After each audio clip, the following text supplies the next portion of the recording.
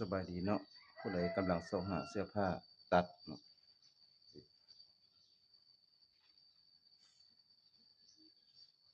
ตัวนี้มันเป็นด้านหน้าเนี่ยถุงบัว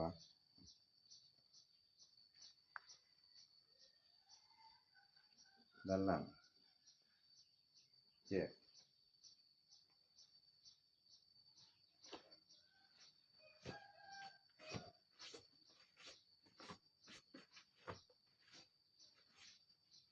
ตัวนี้เป็นโหมดใหม่เนาะคล้ายกับเสื้อสูท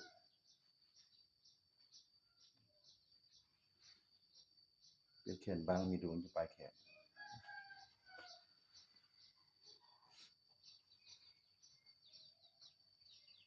แยกหลังสองข้างแยกหลังสองข้าง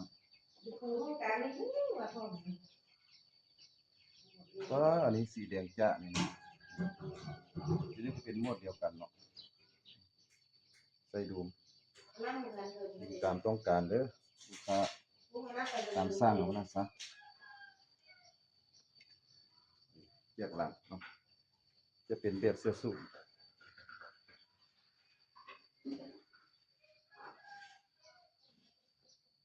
สีฟ้า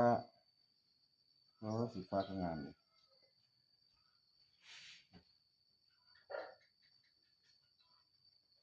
แยกหลังโหมดเดียวกันเลยเนาะ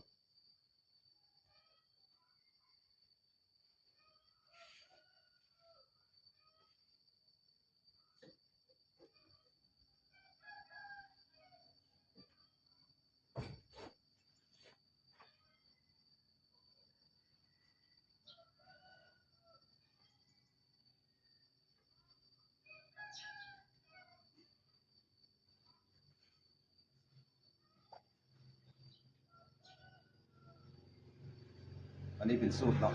สูตรผู้เฒ่า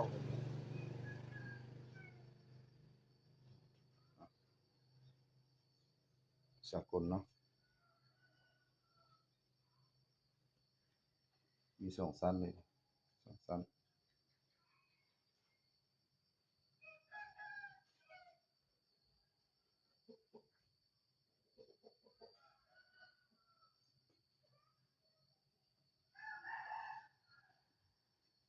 ตัวนี้เป็นสั้นในเนาะด้านในสองสั้นเลย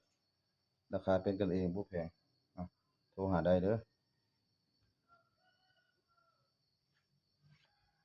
อยู่ตามแขนก็ตัดได้เนาะราคาบ่แพงครับ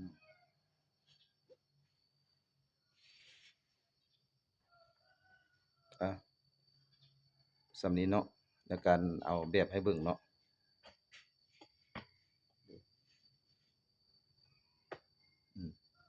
ผู้ใดต้องการอยากตัดไปงานไปดองก็โทรหา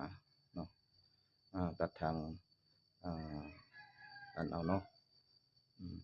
ทางออนไลน์เนาะ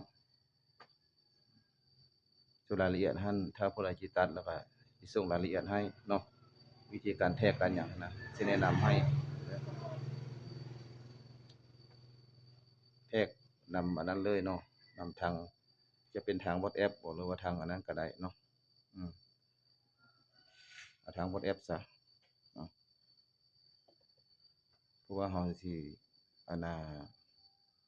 เสิหากันง่ายเนาะอย่าลืมเด้อผู้ใดอยากตัดนะมีดองมีงานเด้คือว่าอยากให้นุ่งงามเนาะราคาก็บ่แพงหรอกขอบใจทุกคนเนาะที่มาอุดหนุน